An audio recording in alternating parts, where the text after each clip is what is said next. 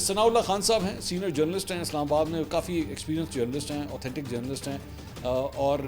مطلب he is one of those person جن کی خبریں جو ہیں وہ بالکل ایکوریٹ ہوتی ہیں.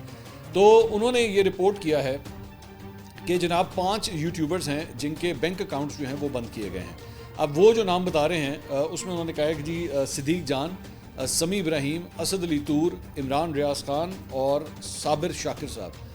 ان لوگوں کے نام جو ہیں وہ بتا رہے ہیں کہ جی ان لوگوں کے بینک اکاؤنٹس وغیرہ جو ہیں وہ بند کیے گئے ہیں. لیکن ان 5 میں سے انہوں نے کہا ہے کہ میری بات جو ہے وہ صرف صدیق جان سے ہوئی ہے کہ ان کا بینک اکاؤنٹ جو ہے وہ بند ہوا ہے. باقیوں سے انہوں نے کہا میری بات نہیں ہوئی، لیکن یہ نام جو ہے وہ مجھے پتہ لگے ہیں. انہوں نے کہا کہ میں نے اس سلسلے میں جو ہے وہ عطاء اللہ تارڑ صاحب سے بھی رابطہ کیا. تارڑ صاحب نے جو ہے کہا کہ نہیں ایسا کچھ نہیں ہے،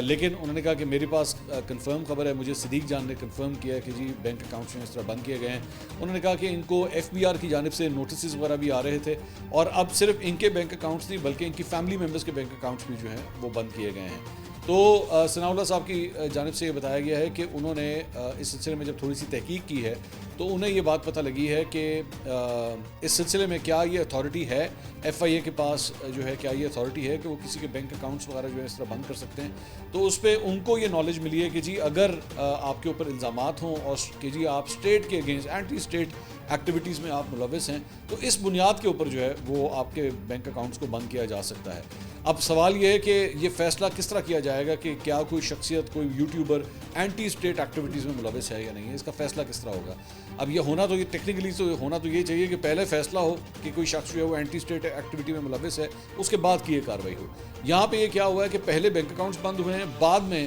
جو ہے وہ اب اس کو وہ یہ بتا رہے ہیں، ثناء اللہ صاحب بتا رہے ہیں کہ جناب یہ لوگ جو ہیں وہ اب